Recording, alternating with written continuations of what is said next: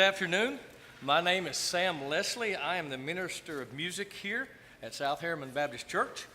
And I would like to welcome you to our church. We're glad to have you here.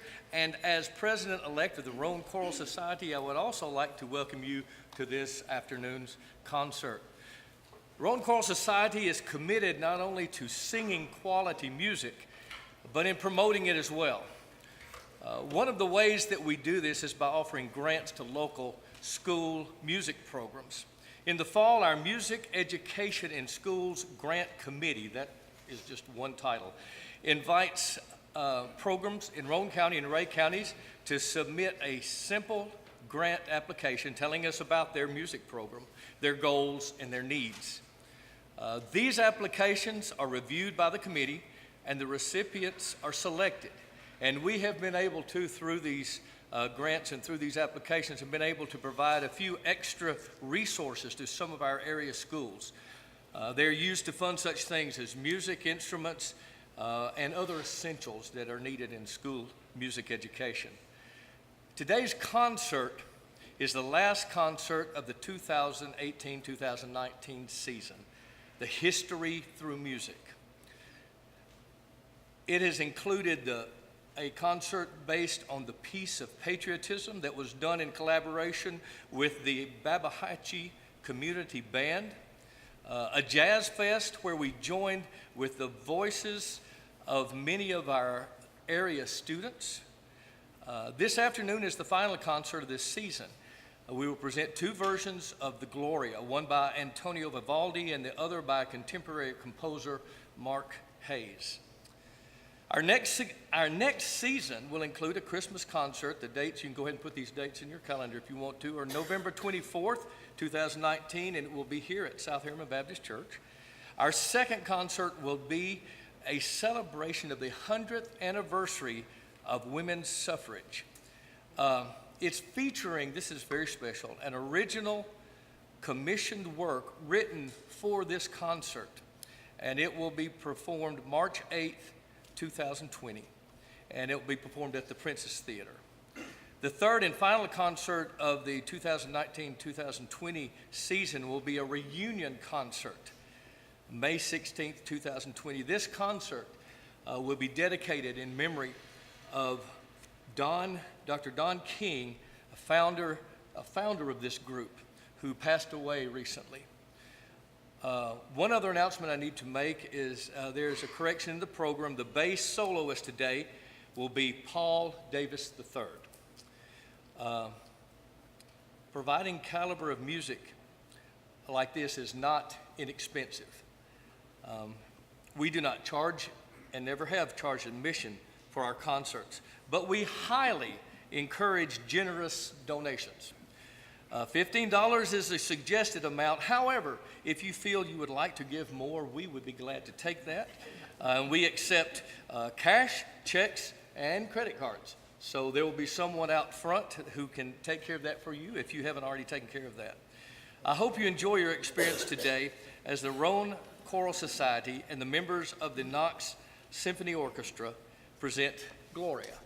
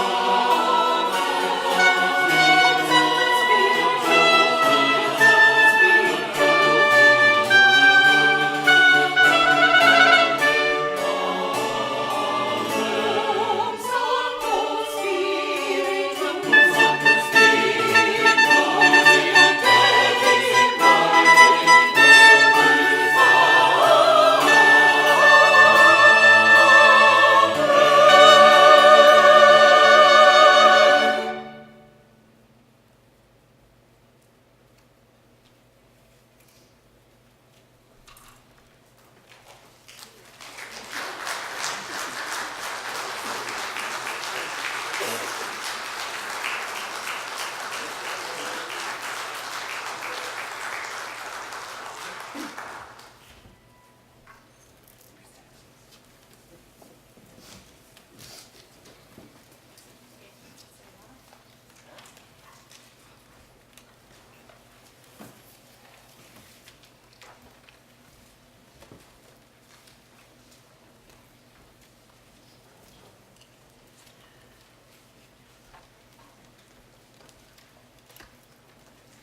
afternoon. Thanks again for coming to this concert. It's a lovely group and lovely works that we're performing today. So I want to tell you a little bit about these works and how they came to be. This particular genre of music has fallen into kind of a catch-all category called choral masterworks. Often these would be things from liturgies, glorias, te deums, things of that nature, requiems, masses. It all kind of goes into this kind of amalgamous category now due to the fact that when these were written, they were written for a specific purpose right then where they would have been performed by specific groups. However, music has changed throughout history. So I want to tell you a little bit about the Gloria and how it came to be in and of itself. The Gloria is actually from something that we call the ordinary of the Mass. So in the Roman Catholic Church, the Mass is just a fancy way of saying the liturgy of the day. It's essentially a recreation of the Lord's Supper. And so there are two parts to the Mass. There are parts that are called the ordinary that don't change, and that would include things like this Gloria. And then there are parts that would change, called the proper, okay? And those things would include things like prayers or hymns that would change, just like you would get really bored every sermon. Maybe you feel this way anyway, that your preacher preaches the same sermon every single Sunday. Well, that would get somewhat boring. So that would be considered something that was a part of the proper, where it would change every week. This would also happen for readings and things of that nature. So originally, this Gloria came to be a part of the Mass because it's actually what's called the angelic hymn. This is taken from the text that the angels proclaimed at the birth of Christ in Luke's Gospel. It was first used in services for special occasions in about the 6th century.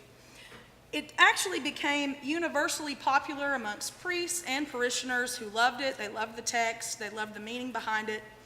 And so what they did was, around the 12th century, they actually just incorporated it into part of the Mass. This is used at all Masses except during the solemnity of Advent and Lent. In the modern day, we don't have Glorias quite as elaborate as the one that you just heard.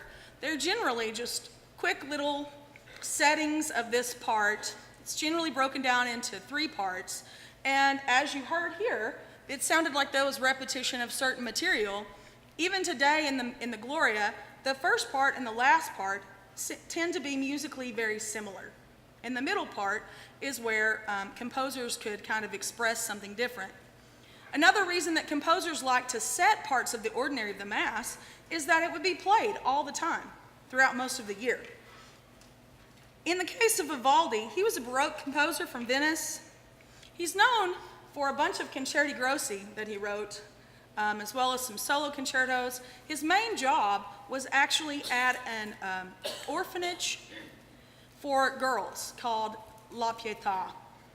So at the La Pietà, orphanages in this time period also served for what naturally became conservatories today. This was the place to get a musical education, which seems a little bit odd to us. But they had all of these children at their disposal, and they needed to kind of make some money back for their keeping, and so they found them ways to make this money. In this particular orphanage, there were only females. And this was very rare because usually girls in this time period did not perform publicly. So when they performed, they generally performed behind a lattice work where they were at least partially hidden from view. This is what we would call, as you can hear in this, the sensibilities of the Baroque. Number one, the most prevalent aspect would be the use of basso continuo, which is the strings and the harpsichord alone that have kind of a more transparent texture. As you can see, we've added a number of instruments for the next piece that we will use, which will include more modern kind of instrumentation. The second piece that you're going to hear is by a contemporary composer who's named Mark Hayes. Mark Hayes, he graduated from Baylor. He has over 1,200 compositions. Most of them are choral works of some sort. They include things like a Requiem, a Te Deum, and a Magnificat. All of those are genres that have evolved from Catholic liturgical text. His Gloria, unlike the Vivaldi, in Vivaldi's time in Italy, everyone would have known the Latin version of that Gloria. But in this version, because it's a contemporary version, it includes not just the Latin, but also the English translations of these texts. It's also in a modern context as well. You'll hear in this opening portion, there's even something that sounds like Star Wars a bit. Any of you John Williams fans out there? And part of the reason he uses this Latin and English is to bridge the gap between the composition and his audience, because he knew that probably most of the people listening to this would be English speakers. He also kind of throws back to some other elements that would have been from earlier church music. Like there's a section that sounds very chant-like, very Gregorian chant and mystical sounding in here as well. And this is just a great way to show in this concert how music continually evolves. So we're talking about a piece of music, a text that's been used and set probably millions of times from the 6th century until the present day. And this is just a kind of way to show, too, how as human beings, there's this connection that we have through music that reaches back into the past and reaches forward into what new composers will be creating as well. And that kind of leads to why we also, they mentioned earlier that in the suffragette concert, that we are going to have a new commissioned work. That's part of our endeavor to create new music and to bring into the world. And we just really appreciate your help, your sponsorship, your donations, and your support by being here today to listen to this. And thank you for listening to me as well.